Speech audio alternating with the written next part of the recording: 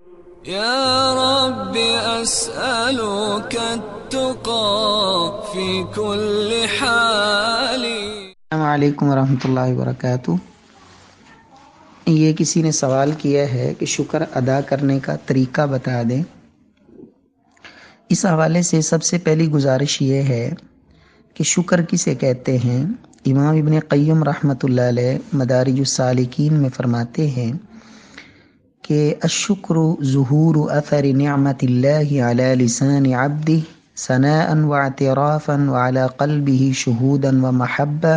وعلی جوارحہ انقیادا وطاعہ، کہ شکر ہوتا ہے کہ اللہ رب العزت کی نعمتوں کا اپنی زبان کے ذریعے بندہ اظہار کرے، اللہ رب العزت کی تعریف کے ساتھ اور ان نعمتوں کے اعتراف کے ساتھ، اور انسان کے دل پر اللہ رب العزت کی محبت ہو اور اس کے اثرات ہوں، اور دل بھی اس بات کی گواہی دے، اور انسان کے دیگر جوارح اور اعضاء وہ اللہ رب العزت کی اطاعت اور فرما برداری اور بندگی بجا لائیں، تو یہ شکر کہلاتا ہے۔ تو گویا کہ شکر کا تعلق انسان کی زبان کے ساتھ بھی ہے، دل کے ساتھ بھی ہے، اور دیگر تمام اعضاء کے ساتھ بھی ہے۔ زبان سے شکر ادا کرنے کا طریقہ یہ ہے کہ انسان وہ مسنون دعائیں جو نبی کائنات صلی اللہ علیہ وسلم نے مختلف نعمتوں کے استعمال کے بعد سکھائی ہیں، انسان ان دعاؤں کو وقتاً فوقتاً اس موقع پر پڑھے، جیسا نبی صلی اللہ علیہ وسلم کا فرمان ہے کہ جو شخص کھانا کھانے کے بعد یہ دعا پڑھتا ہے، اب کھانا اللہ کی نعمت ہے، اس نعمت کا پر اللہ رب العزت کا شکر ادا کرنے کا اگر یہ انداز اختیار کرتا ہے، الحمدللہ الذی اطعمنی ھذا ورزقنیہ من غیر حول منی ولا قوہ، کہ اللہ تمام تعریفیں تیرے لیے جس نے ذات نے مجھے یہ کھانا کھلایا اور اس نے مجھے یہ رزق دیا اور اس میں میری کوئی قوت اور طاقت نہیں تھی۔ تو اسی طرح لباس پہننے کے بعد انسان یہ دعا پڑھتا ہے الحمدللہ الذی کسانی ھذا الثوب ورزقنیہ من غیر حول منی ولا قوہ۔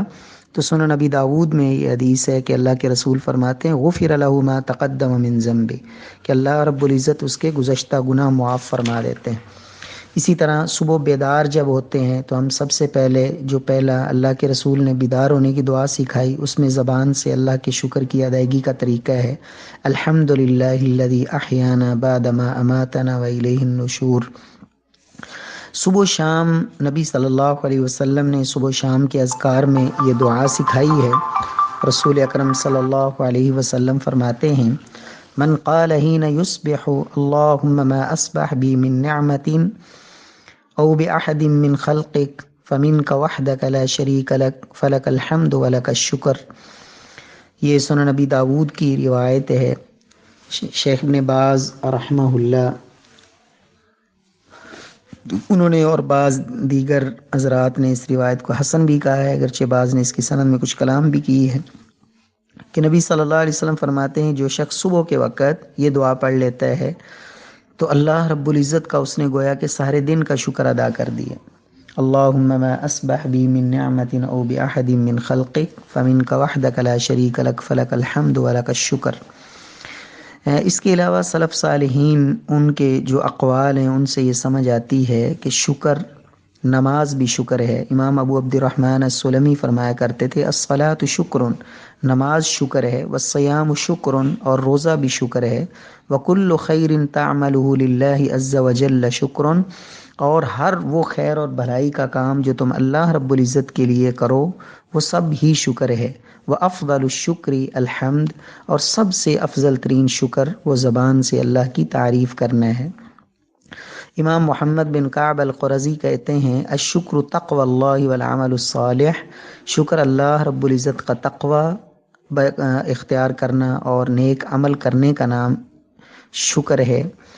نبی کائنات صلی اللہ علیہ وسلم کا عمل بھی یہی بتاتا ہے۔ سیدہ عائشہ صدیقہ رضی اللہ تعالیٰ عنہ کہتی ہیں کہ اللہ کے رسول صلی اللہ علیہ وسلم رات کو بڑا لمبا قیام کرتے، حتیٰ کہ آپ کے قدم مبارک ان پہ ورم آ جاتا۔ تو سیدہ عائشہ نے پوچھا کہ اللہ کے رسول صلی اللہ علیہ وسلم آپ ایسا کیوں کرتے ہیں؟ تو اللہ کے رسول صلی اللہ علیہ وسلم نے اس موقع پہ فرمایا تھا افلا احب ان اکون عبدا شکورا، جب رب العالمین نے مجھ پہ اتنا کرم نوازی کی ہے کہ لیغفر لک اللہ ما تقدم من ذنبک وما تأخر، کہ رب العالمین نے میری اگلی اور پچھلے سب معاف فرما دیے ہیں اور مجھے معصوم بنا دیا ہے، تو اللہ کے رسول فرماتے ہیں کہ میں اللہ رب العزت کی اس نعمت پہ اللہ کا شکر نہ ادا کروں۔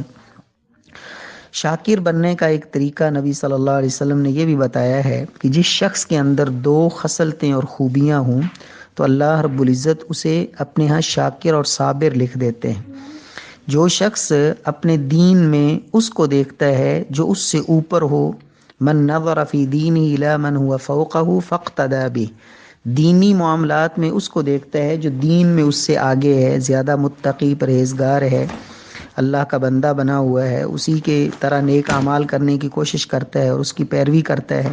اور دنیا میں اس کو دیکھتا ہے جو اس سے کم ہے، فحمد اللہ علی ما فضلہ بہ، اور اس پر اللہ رب العزت کا شکر ادا کرتا ہے کہ اللہ تعالیٰ نے مجھے ان پریشانیوں سے بچا رکھا ہے جس میں اسے مبتلا کیا ہے۔ تو اللہ کے رسول فرماتے ہیں کتبہ اللہ شاکرا و صابرا، اللہ رب العزت اس کو شاکر اور صابر بھی لکھ دیتے ہیں۔ یہ جامع ترمذی کی روایت ہے۔ اسی وجہ سے نبی کائنات صلی اللہ علیہ وسلم نے فرمایا تھا کہ جب تم کسی ایسے شخص کو دیکھو کہ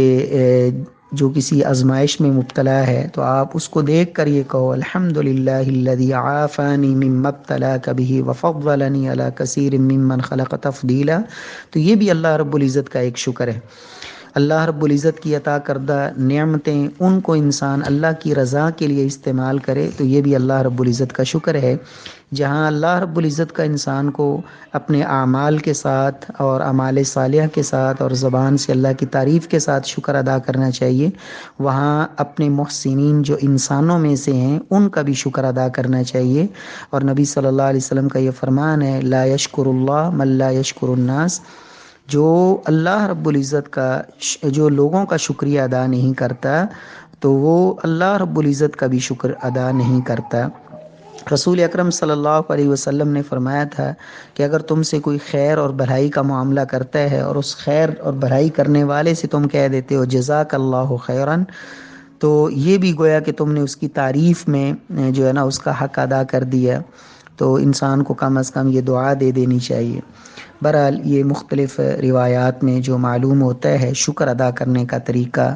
تو میں نے مختصراً عرض کیا ہے۔ اللہ رب العزت ہم سب کو اپنا شاکر بنائے اور ذاکر بنائے۔ نبی صلی اللہ علیہ وسلم نے اپنے محبوب صحابی سیدنا معاذ رضی اللہ تعالی عنہ کو یہ کہا تھا، معاذ میں تمہیں یہ وصیت کرتا ہوں کہ کبھی بھی تم نماز کے بعد یہ دعا نہ چھوڑنا، اللہم اعنی علی ذکرک و شکرک و حسن عبادتک، اے پروردگار میری مدد فرما کہ میں تیرا ذکر کرنے والا اور تیرا شکر کرنے والا اور تیری خوبصورت عبادت کرنے والا بن جاؤں۔ اور خود نبی صلی اللہ علیہ وسلم کی